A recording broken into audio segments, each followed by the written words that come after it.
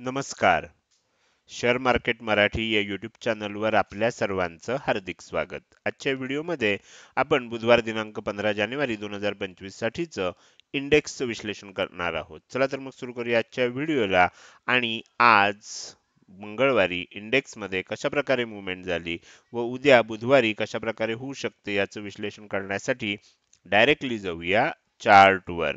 आणि इथे मी निफ्टी 50चा 15 मिनिटाचा चार्ट ओपन केलेला आहे. आपण बघू शकता की आज आपल्याला गॅप अप ओपनिंग बघायला मिळालं.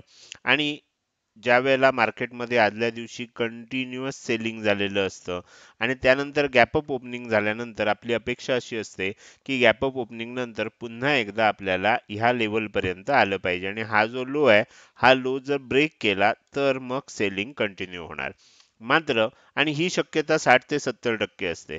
मात्र उरलेली जी शक्यता असते ती अशी असते की गॅप अप ओपन होईल आणि गॅप अप ओपन झाल्यानंतर खूप मोठं सेलिंग आपल्याला बघायला मिळणार नाही. तुम्ही जर बघितलं तर तुमच्या लक्षात येईल आदल्या दिवशीचा जो क्लोजिंगचा एरिया होता ह्या एरियापर्यंत सुद्धा आपल्याला जे गॅप अप ओपनिंग नंतर सेलिंग आलं ते पोहोचू शकलं नाही. मग अशा वेळेला ओळखायचं जेव्हा असं म्हणजे एक ग्रीन कॅन्डल बनली, आदल्या दिवशी खूप मोठं सेलिंग झालंय गॅप डाऊन ओपनिंग झाल्यानंतर, दुसऱ्या दिवशी जर असं झालं एक ग्रीन कॅन्डल आहे, एक रेड कॅन्डल आहे, परत एक ग्रीन कॅन्डल आहे, परत रेड कॅन्डल आहे, परत ग्रीन, इथे ओळखायचं की आता शॉर्ट कव्हरिंग येणार. जर आपल्याला ह्या एरियामध्ये पोहोचता येत नसेल आणि ह्या एरियामधनं खाली जाता येत नसेल तर काय असतं, आदल्या दिवशी ज्यांनी ज्यांनी शॉर्टचे ट्रेड होल्ड केलेले असतात, मंदीचे ट्रेड होल्ड केलेले असतात, ते सर्व लोक काय करतात, ज्यावेळेला गॅप अप ओपन होतं काही जण तर पहिल्या फटक्यामध्येच शॉर्ट कव्हर करतात. पण शॉर्ट सेलर जे असतात किंवा आपण असं म्हणूया की मंदी करणारे जे लोक असतात ते थोडे धीट असतात. तर त्यामुळे काय होतं, थोडा वेळ वाट बघतात. मात्र ह्याच्यामध्ये जर लक्षात आलं की हे काही खाली येत नाहीये आणि पुन्हा वर जायचा प्रयत्न होतोय, अशा वेळेला काय होतं, अशा वेळेला त्यांच्याकडून हे शॉर्ट कव्हरिंग झालं. आता तुम्ही जर बघितलं तर तुमच्या लक्षात येईल की ही जी काय 3-4 म्हणजे जवळजवळ एक तासभर ही जी तेजी झाली, ही तेजी काही आपल्याला खरेदी करणाऱ्यांमुळे किंवा बायरमुळे झालेली नाही. तर हे शॉर्ट कव्हरिंगमुळे आपल्याला बघायला मिळालं. आणि नंतर काय झालं, नंतर तुमच्या लक्षात येईल की इथे एक इनसाइड कॅन्डल बनली. जनरली काय होतं, मूळचा ट्रेंड डाऊन ट्रेंडच आहे, त्याच्यामध्ये एक शॉर्ट कव्हरिंग आलेलं आहे. परत इनसाइड कॅन्डल बनली आहे आणि ती सुद्धा बेरिश आहे.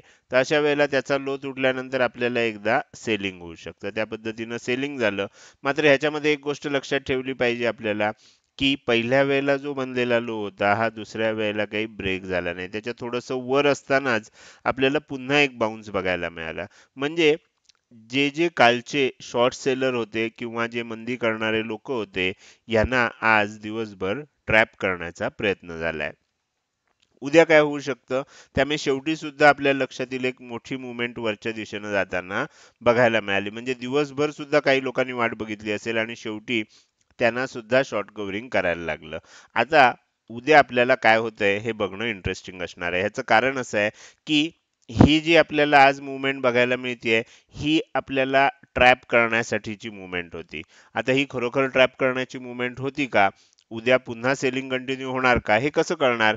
तर त्याच्यासाठी आपल्याला काही महत्त्वाच्या गोष्टी लक्षात ठेवायच्या आहेत. आपल्याला चार्ट पॅटर्न काय दिसतोय, तर आपल्याला असं दिसतंय की एकदा सेलिंग झालं, त्यानंतर बाउन्स आला, पुन्हा थोडं सेलिंग झालं आणि बाउन्स आला, म्हणजे डब्ल्यू पॅटर्न बनला. डब्ल्यू पॅटर्नचं ब्रेकआउट दिलं, ज्या कॅन्डलनं दिलं त्याचा हाय ब्रेक झाला का? नाही. त्यामुळे आपल्याला पाहिजे तसं ब्रेकआउट मिळालेलं नाही. पुन्हा काय झालं, पुन्हा सेलिंग झालं आणि पुन्हा आता बाउन्स येतोय. म्हणजे आता जसं जर बघायला गेलं तर हा पहिला डब्ल्यू पॅटर्न आहे आणि दुसरा डब्ल्यू पॅटर्न जर बघायला गेलं तर हा डब्ल्यू पॅटर्न आहे. ज्याचं ब्रेकआउट कधी येणार आहे, ज्याचं ब्रेकआउट आपल्याला ह्याचा हाय ब्रेक झाल्यानंतरच येणार आहे. म्हणजे थोडक्यात पहिला डब्ल्यू पॅटर्न असेल किंवा दुसरा डब्ल्यू पॅटर्न असेल त्याचं ब्रेकआउट आपल्याला साधारण कधी येणार आहे, 23,275च्या वर टिकल्यानंतर येणार आहे. तसं जर झालं म्हणजे उद्या सुद्धा गॅप अप ओपन झालं आणि 23,275च्या वर एक 10-15 मिनिटं टिकलं तर काय होऊ शकतं, मग आणखीन एक शॉर्ट कव्हरिंग बघायला मिळू शकते. टार्गेट काय येईल, टार्गेट येईल 23,325चं, 23,375चं. म्हणजे आपली इम्पॉर्टंट लेवल काय आहे, 23,225. ह्याच्यावर जर टिकायला लागलं तर मग शॉर्ट कव्हरिंगसाठी आपल्याला पुन्हा एकदा तयारी करावी लागणार आहे. कारण ज्या पद्धतीनं बँक निफ्टीमध्ये शॉर्ट कव्हरिंग आलंय तेवढं आपल्याला निफ्टीमध्ये आलेलं नाही. तर त्यामुळे ही होण्याची शक्यता सुद्धा 20-25% आहे. ऍक्च्युअल शक्यता काय आहे? ऍक्च्युअल शक्यता जर बघायला गेलं तर फ्लॅट ओपन होईल, खाली जायला लागेल. आणि अशा वेळेला आपल्याला लक्षात काय घ्यायला लागेल, जर आता खाली जायला लागलं तर इथनं आपल्याला तेजी झालेली होती, त्यानंतर इथे मंदी झाली, परत जर तेजी झाली आणि जर उद्या थोडंसं फ्लॅट किंवा गॅप डाऊन ओपन होऊन खाली जायला लागलं आणि 23,150 हा जर लो तुटला तर एम पॅटर्नचं ब्रेकआउट आपल्याला बघायला मिळेल आणि 23,150च्या खाली टिकायला लागलं तर मग 23,100, 23,050, 23,000 ह्या लेवल्स आपल्याला खालच्या दिशेनं येताना बघायला मिळू शकतात. अर्थात आत्ताचं जर चित्र बघितलं तर आत्ताचं चित्र असं आहे की दोन्ही बाजूला 50-50% शक्यता आहे. पण थोडी 60% शक्यता खालच्या बाजूला का आहे? कारण मूळचा ट्रेंड डाऊन ट्रेंड आहे. अर्थात हे निफ्टीसाठी आहे. बँक निफ्टीसाठी आपल्याला चित्र थोडंसं वेगळं आहे. पण जर निफ्टीमध्ये आपल्याला खरोखरच पुन्हा सेलिंग स्टार्ट झालं तर बँक निफ्टीमध्ये आपल्याला एक चांगली संधी मिळू शकते. कारण बँक निफ्टी आपल्याला जास्त वर गेलेलं दिसतंय. तर त्यामुळे उद्या आपल्याला वाट बघावी लागणार आहे. तसं खरं बघायला गेलं तर ह्याच्या वर टिकायला लागलं तरच म्हणजे साधारण 23,275च्या वर जर आपल्याला टिकायला लागलं तर मग थोडंसं आपल्याला 275ची लेवल थोडी वर आहे. ही जी लेवल आहे ह्याच्या वर जर टिकायला लागलं तर मग आपल्याला थोडंसं आणखीन शॉर्ट कव्हरिंगचा विचार करावा लागेल. 23,150च्या खाली जर यायला लागलं तर काय होऊ शकतं, मग मात्र सेलिंग कंटिन्यू होऊ शकतं आणि ह्या वेळेला 23,000ची लेवल टच होऊ शकते. कदाचित एकदा 23,000ची लेवल ब्रेक सुद्धा होऊ शकते जर इथे ओपन होऊन खाली यायला लागलं तर. तर ही गोष्ट सुद्धा आपल्याला लक्षात ठेवायला लागेल. तर हे झालं निफ्टी फिफ्टीचं विश्लेषण. आता आपण पुढे जाऊया आणि बँक निफ्टीचं विश्लेषण करायला सुरुवात करूया. बँक निफ्टीचं विश्लेषण करत असताना आपण इथे इम्पॉर्टंट लेवल, टार्गेट लेवल सर्व काही स्क्रीनवर काढलेलं आहे. मी थोडंसं तुम्हाला झूम करतो आणि दाखवायचा प्रयत्न करतो. आता इथे आपण सर्व लेवल स्क्रीनवर घेतलेले आहेत. ओपनिंग जर इथे बघितलं तर इथे प्रॉपर पद्धतीनं आपल्याला शॉर्ट कव्हरिंग बघायला मिळालं. काय झालं बघा, ओपन झालं गॅप अप, अगदी थोडंसं खाली आलं आणि त्यानंतर आपल्याला आदल्या दिवशीचा जो हाय आहे तिथपर्यंत आपल्याला मुवमेंट बघायला मिळाली. अर्थात इथे काय झालं होतं तुमच्या लक्षात येईल, इथे एक गॅप तयार झाली होती. म्हणजे ही जी बघितलीत तर ही गॅप आपल्याला इथे तयार झालेली दिसतीये. तर ही जी गॅप होती ही गॅप आपल्याला आज गॅप अप ओपन होऊन भरताना बघायला मिळाली. बरोबर. त्या एरियामध्ये आल्यानंतर काय झालं, थोडंसं सेलिंग झालं. मात्र हे सेलिंग बघा, प्रत्येक वेळेला जेव्हा सेलिंग झालं त्यावेळेला लगेच बाईंग झालं. इथे सुद्धा ही तिसरी कॅन्डल जर बघितली तर खूप मोठी बनली आहे. डोजी कॅन्डल बनली आहे, रेड कलरची बनली आहे.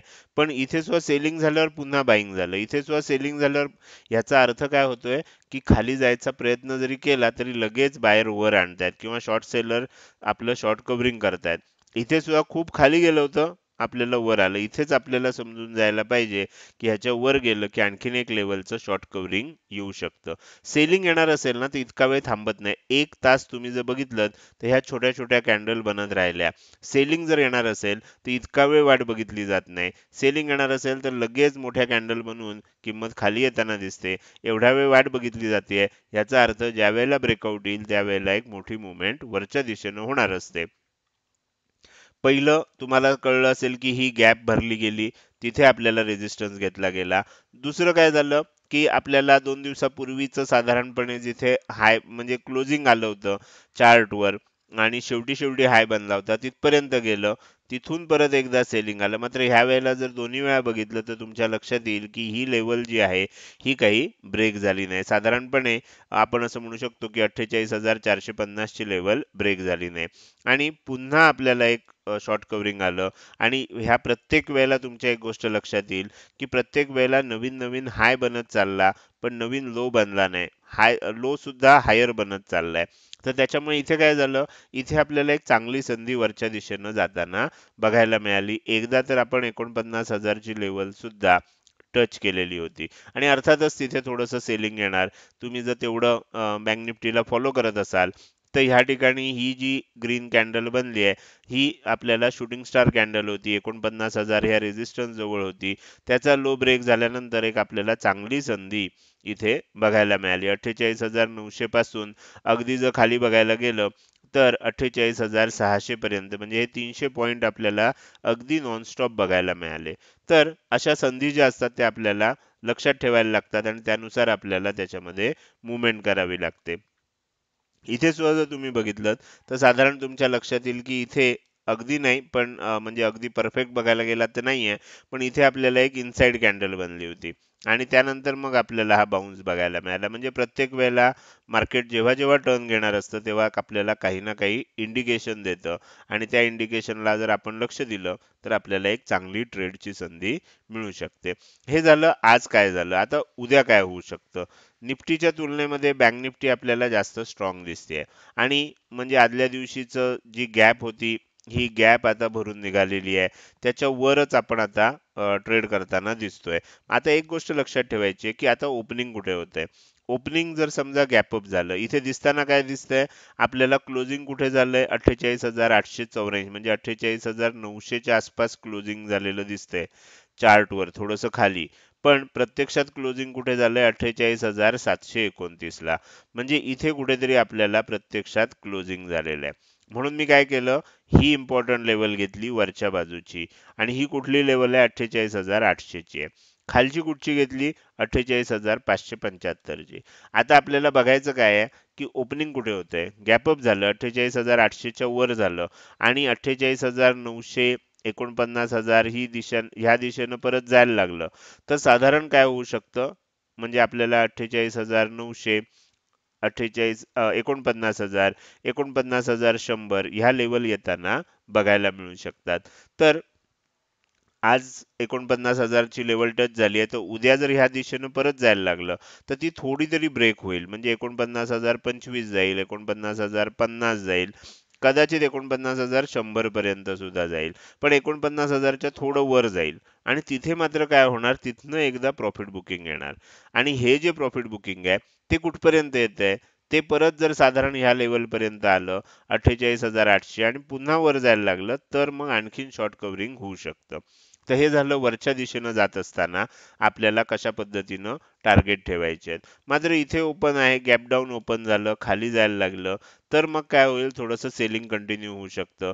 48,575 च्या खाली टिकायला लागलं तर मग काय होईल 48,475 म्हणजे ह्या लेवल पर्यंत तरी नक्की येऊ शकतं कारण 48,500 ला सपोर्ट आहे आणि तो सपोर्ट तुम्ही इथे दोन वेळा बघू शकता. इथे पहिल्या वेळेला इथे दुसऱ्या वेळेला परत तिसऱ्या वेळेला झालं तर कदाचित ते ब्रेक सुद्धा होऊ शकतं.